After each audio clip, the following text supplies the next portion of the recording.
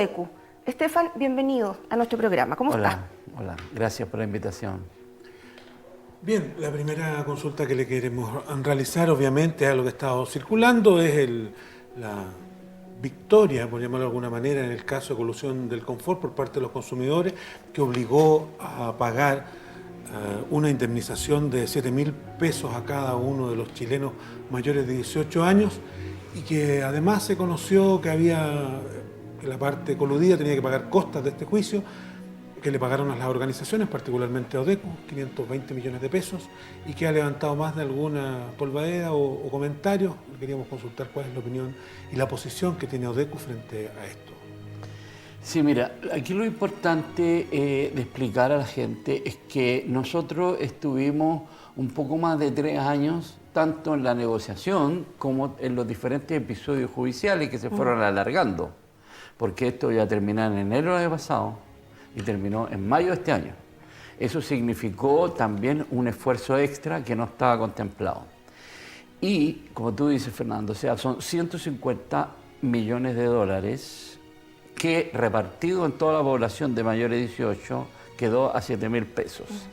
Ahora, son 150 millones de dólares para una infracción que, según el Tribunal de la Libre Competencia, el perjuicio causado al consumidor eran 200 millones de dólares. Por lo tanto, en una negociación llegar a 150 millones de dólares no es mala del punto de vista de lo largo y oneroso que es un proceso de esta naturaleza. Nosotros nos demoramos 3 años. Las farmacias vamos para el año 8º y todavía no hay ningún fallo de primera instancia. Estefan, hay que explicarle y vamos a recordarle a los televidentes que incluso ustedes, como Odecu, cuando se conoció que CMPC iba a entregar y hacerse cargo de las costas del juicio, ¿cierto? Que fue un proceso bien largo, ustedes explicaron que estos dineros no van precisamente a los bolsillos ni de los directores de la organización, sino que es para financiar y poder pagar los informes que realizaron distintos profesionales. Nos gustaría en ese sentido que nos explicara un poco eso. Sí, mira, lo primero que hay que decir es que nosotros nosotros no estamos obligados a publicar las costas. Nosotros lo hicimos con un acto de transparencia. Nosotros publicamos el día jueves de la semana pasada que habíamos recibido 520 millones de pesos. Para eso, producto de eso, surgió todo lo que hasta el día de hoy se debate. Nosotros somos una organización sin fines de lucro. ¿Qué quiere decir? Que aquí no existe el concepto ni de ganancia ni de utilidades. Todo recurso tiene que reinvertirse en el desarrollo mismo de la organización. Aquí no hay dueños ni socios controladores. Aquí no hay una junta de accionistas que se reparte las utilidades. Eso no existe. Por lo tanto, todo dinero es primero para pagar las deudas contraídas durante estos poco más de 3 años. Y luego es de esperar, si existe un excedente, es para el desarrollo de nuestras propias actividades. Sin fines de lucro significa que no hay utilidades a repartir, pero no significa que las personas que trabajan, que son profesionales de diferentes áreas, trabajen gratis. Ellos deben ser remunerados y ahí es donde se reinvierte en el desarrollo mismo de lo que es la organización. Por ejemplo, con los abogados, ¿ustedes pactaron originalmente, antes de empezar este juicio por la colusión del confort, ustedes pactan honorarios fijos por todo el caso o van ellos solo contra un porcentaje de las costas? Mira, primero los abogados trabajan a resultas. Es decir, si nos va mal, se pierde. No hay ningún contrato que nos obligue a nosotros. Por lo tanto, ellos están ahí sacrificando su tiempo por trabajar en esto y eventualmente para recibir una remuneración cuando esto se termina. Ahora bien, aclarar también que recién nosotros conversamos con la empresa sobre las costas o reembolsos cuando se terminó la mediación. Sí. En ningún momento nosotros hablamos de, oye, ¿cuánta plata vamos a recibir? No, simplemente en enero del año pasado se resolvió preliminarmente esto. ¿Por qué digo preliminarmente? Porque tal como tú dices, o sea, me pregunta, ¿acaso negociamos alguno con los abogados? Primero, son estudios externos, no pertenecen a la organización, en la medida que obviamente ellos tienen otro tipo de trabajo. Entonces, para nosotros, esta no fue una conversación preliminar una vez terminado esto, porque ninguno tenía, o sea, nadie adivinaba qué es lo que iba a pasar. Esto, como todo el mundo sabía que las 7 lucas, hablaban las 7 lucas por acá, que nunca van a aparecer, que nunca van a aparecer, bueno, hubieron muchos recursos. Los televidentes tienen que entender que aquí, cuando hay abogados involucrados, hay una cantidad de incidentes, episodios que tienen que ver con, qué sé yo, apelaciones, casaciones, todo eso, sí, hasta que la Corte Suprema decidió en mayo de este año darnos la razón. Pero eso fue un proceso, por lo tanto, cualquier acuerdo que nosotros hemos llegado con los abogados, esto se extendió, y se extendió también, obviamente, que los honorarios. Hay que recordar en ese sentido que de alguna manera se comenzó a demorar esta entrega de la indemnización de 7.000 pesos por a los chilenos, que en total sumaban 13,95 millones de chilenos. Exacto. ¿Cierto? Pero acá algunas de las partes presentaron recursos, tanto a la Corte de Apelaciones como a la Suprema, y eso hizo, al final de cuentas, que se dilatara el proceso. Más de un año. Pero ya terminó, ¿cierto? Ya terminó. Terminó. Terminó ya la entrega de los 7.000 pesos. Ahora ustedes como DECU, ¿cómo calificarían esta situación de la colusión del confort que se mantuvo por muchos años? Esta empresa, ¿cierto? La CMPC tenía, junto a otras, el 90% del mercado de papel higiénico en el país. El problema, a su juicio, pasó porque no hubo fiscalización, no hubo la regulación suficiente para que estas empresas se coludieran durante años, décadas, y al final todos terminamos pagando por un producto en un valor más alto de que efectivamente debe tener. Exactamente, cualquier colusión afecta al bolsillo del consumidor, porque se supone que estamos en una sociedad de libre mercado, donde la competencia tiene que ser real, no ponerse de acuerdo. Entonces, lo que tú dices, o sea, vamos a decir que la empresa se coludió. Primero, lo que hay que decir que existe una ley, una norma que tiene que ver con la delación compensada. El que se autodelata mitiga tanto las multas eventuales como o cualquier otro tipo de sanción, siempre y cuando su colaboración sea eficaz.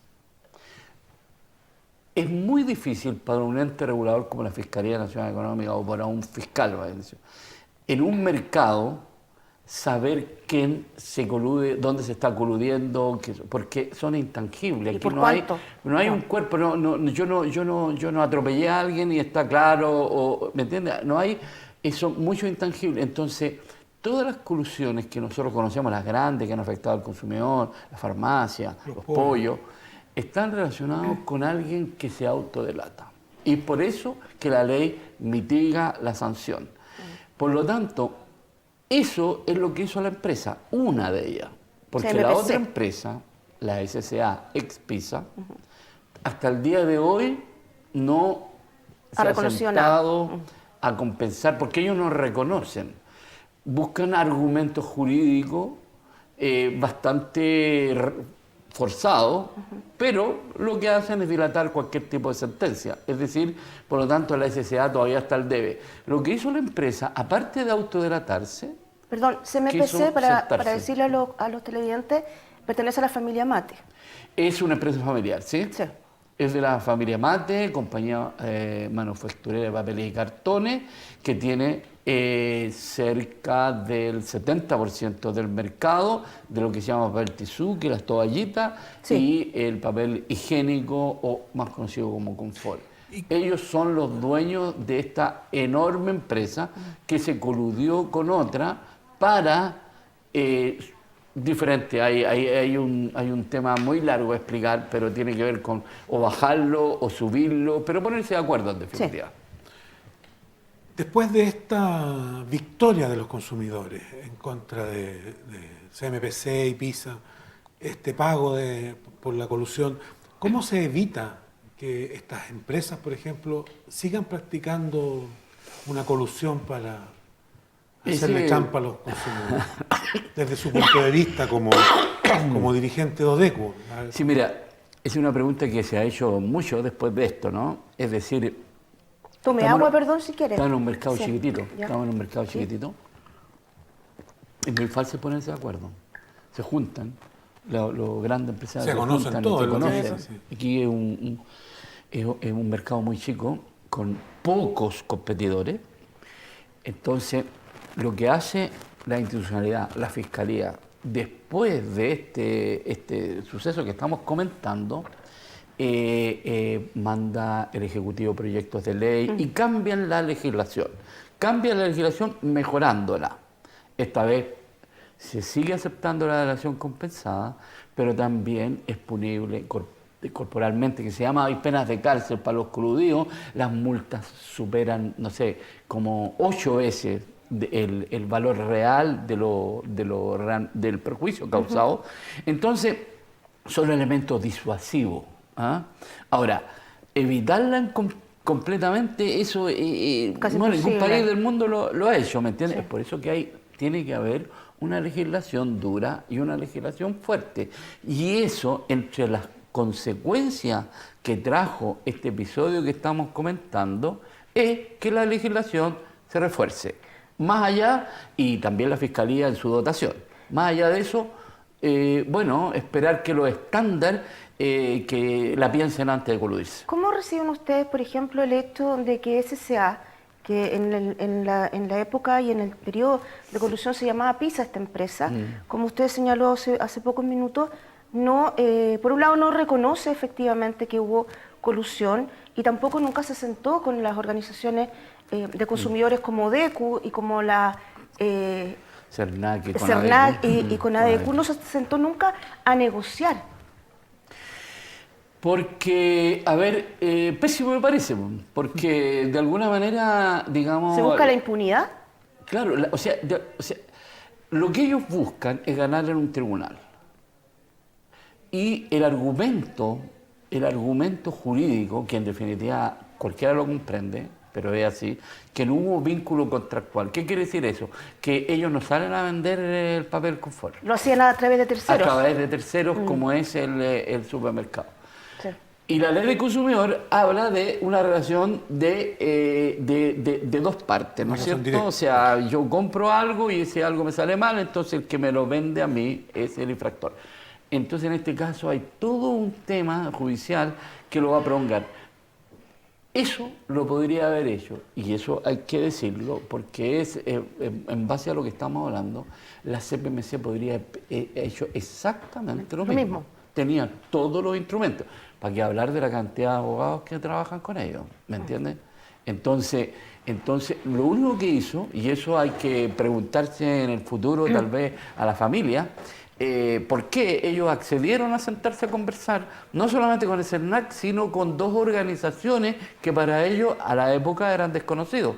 Por lo tanto, es un mérito. De lo contrario, estaríamos todavía en el 4º año con la SCA y vaticino que tenemos para 4 años más para un resultado completamente incierto. Hablemos un poco del trabajo que hace Odecu como organización de consumidores y usuarios en Chile. Usted además nos comentaba antes de comenzar la entrevista que llevan otras causas, por ejemplo, llevan 7 causas contra bancos, cajas de compensación, contra el municipio de Santiago y los parquímetros por los cortes de suministro eléctrico, entre otras.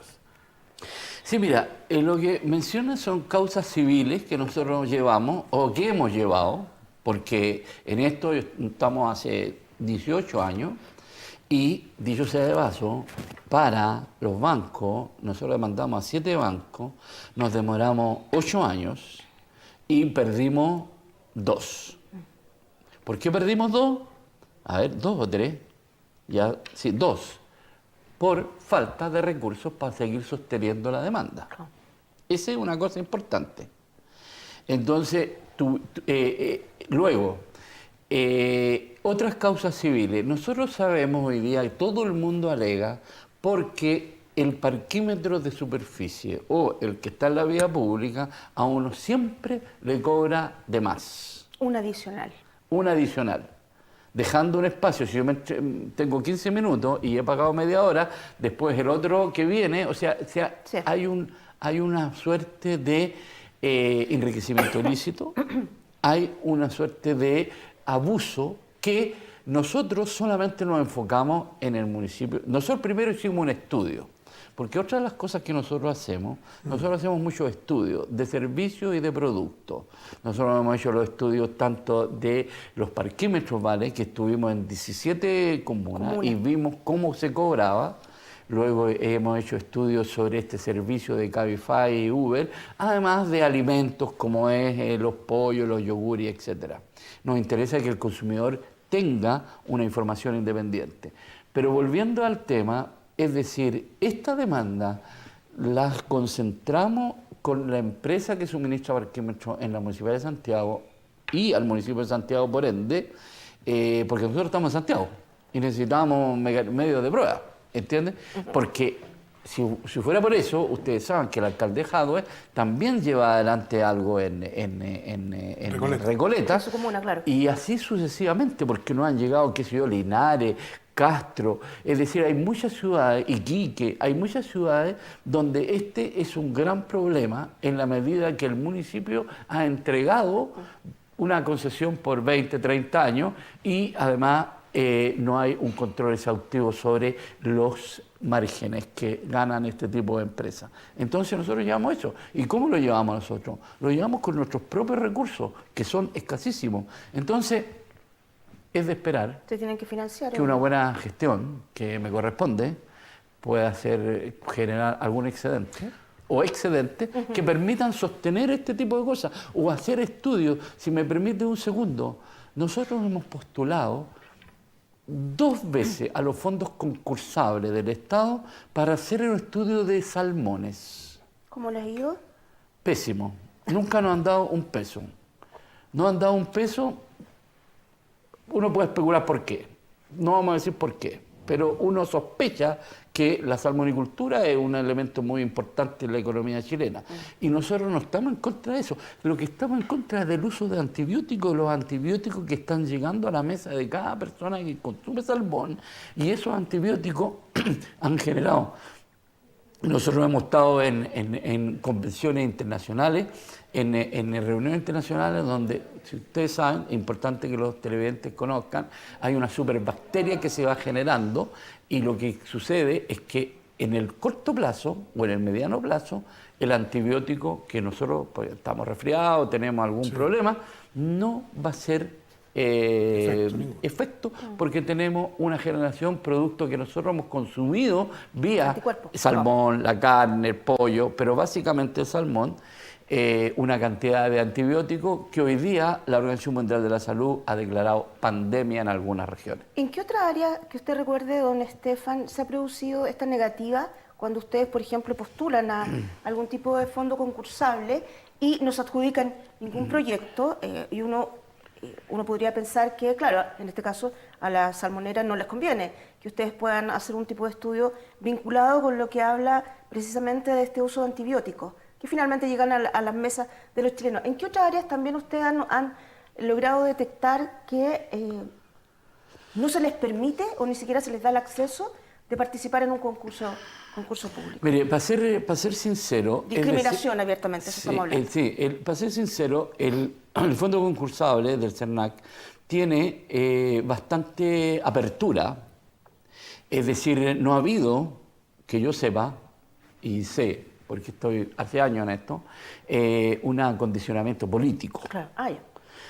Pero el problema está en que el Servicio Nacional del Consumidor depende, no es un organismo autónomo, independiente como un ministerio o una superintendencia, depende del Ministerio de Economía. Y por lo tanto la mirada que hay es sobre el desarrollo económico, que nadie le haga bolita a eso, ¿no es cierto? Salmones es una cosa Importante para un sector. importante. En general, nosotros también hemos postulado a otras, pero el problema del fondo es otra cosa, ¿me entiendes? Porque el fondo son cerca de 350 millones para un montón de organizaciones y, como yo lo he dicho públicamente, muchas veces se transforma en un casting. Es decir, ¿cuál es el proyecto más bonito? ¿Tiene el proyecto que ver con la política pública? Tiene que ver, por ejemplo, con los notarios, que nosotros hicimos una postulación para hacer esto mucho antes que la Fiscalía. ¿Ah? Eso es algo que compete a todas las personas, como bien se demostró hoy día con el estudio que hizo la Fiscalía Nacional y el proyecto de ley que presentó este gobierno. Entonces, ¿tiene que ver eso con la política pública o simplemente son los puntajes debido a que el proyecto está bien o no, está encachado o no está encachado? ¿Entiendes? Sí. Ese es el problema. Pero condicionamientos de otra naturaleza, salvo el que le menciono, que a mí no me cabe la menor duda, tiene que ver con eso. Nosotros, por lo tanto, hemos tenido que conseguir recursos de afuera, pero no nos ha alcanzado porque el tema de los salmones es bien complicado en la medida que no es fácil llevarlo a un laboratorio y detectar esto. El animal tiene un periodo de carencia que lo incorpora a su organismo y eso significa que rastrearlo es complicado, pero se ha rastreado en otros lugares del mundo. Se ha rastreado en la Argentina, se ha rastreado en ¿cómo se llama?, en Estados Unidos. Y claro, obviamente, si nosotros llegamos en Chile a demostrar algo que no es prejuicio, simplemente demostrarlo, a lo mejor está todo ok, supongamos. Claro. Pero nosotros tenemos la sospecha de eso, entonces obviamente que sería un gran impacto para la exportación de salmones, siendo Chile el segundo país del mundo. Pero está evidente, eso está hoy día, hasta Cernapesca tiene la información, que la cantidad de antibióticos que se usan en la salmonicultura en Chile duplica o triplica lo que usan las mismas empresas noruegas que se llama Marine Harvest. Tal vez voy a hacer una pregunta más filosófica. Dígame nomás. Vamos a estar conversando quizás de muchas áreas, porque uno ve, y ustedes lo conocen mejor, de todas estas irregularidades en los bancos, en las farmacias, en los supermercados. Bueno, la lista podría ser casi infinita, casi tan...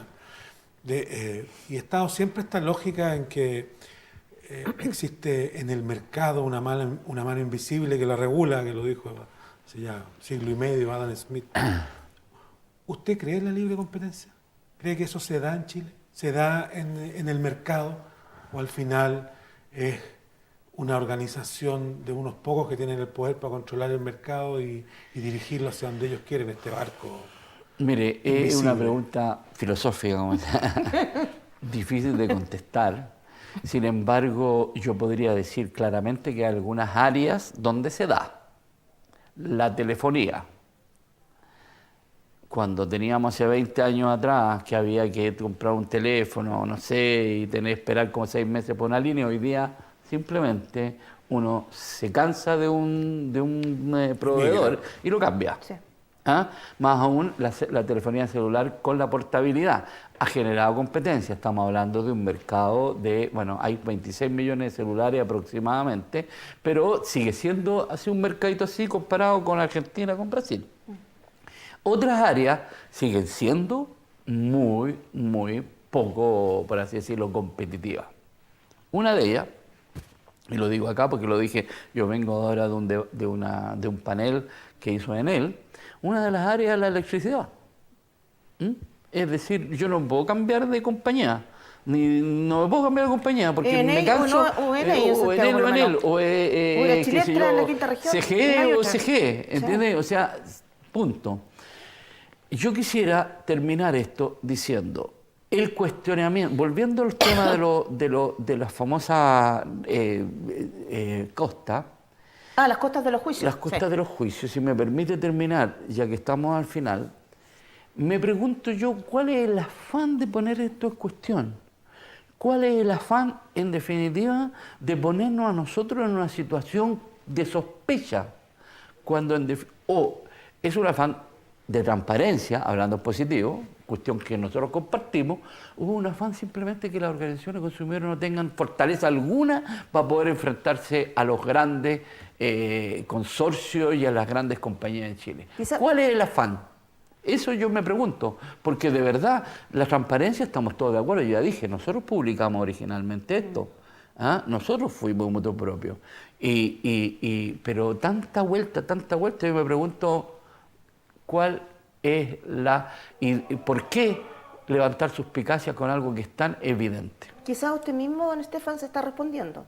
Y que hay sectores empresariales que, por supuesto, no les conviene que las organizaciones de consumidores tengan fuerza. Hay sectores que seguramente no le convienen porque resulta que ahora nosotros vamos a poder litigar en el caso que sea, o vamos a poder hacer los estudios que estamos haciendo, que un estudio que me estaba hablando vale 16, 18 millones, vamos a poder hacer. Entonces yo me pregunto cuál es el afán, porque incluso algunos diputados han dicho, los vamos a citar a la comisión primero no nos puede citar, para empezar, nosotros somos organismos privados, invitar, y si me invitan, voy, pero ¿qué otra cosa voy a decir más de la que uno ha dicho? Entonces dice, no, es que lo que pasa es que en la ley hay vacío. No, ¿qué es vacío? Si está vacío no hay ninguno. Nosotros tenemos, regulado por el Ministerio de Economía, tenemos que entregar un informe contable todos los años y tenemos que tener los libros accesibles para cualquier revisión. Además que nos vamos a auditar nosotros mismos sin que nadie nos exija. O sea, no sé qué más querer. Bien, muchísimas gracias. Muchas gracias a usted. Presidente de la Organización de Consumidores y Usuarios. Estamos llegando al final de este programa Agenda Pública, no sin antes hacer una mención. Una mención, una vez más nos acompaña en este programa la peluquería Sumun, ubicada en José Manuel Infante 962. Los invitamos a que conozca este local y nos reencontramos con Fernando el próximo domingo. Recuerde siempre, Agenda Pública de 12 a 13 horas. Que estén muy bien.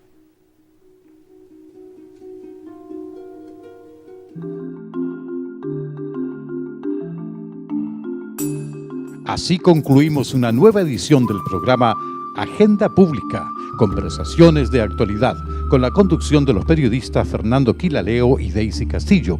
Nos encontramos todos los domingos de 12 a 13 horas por las pantallas de TNE Televisión y la producción de Casting TV.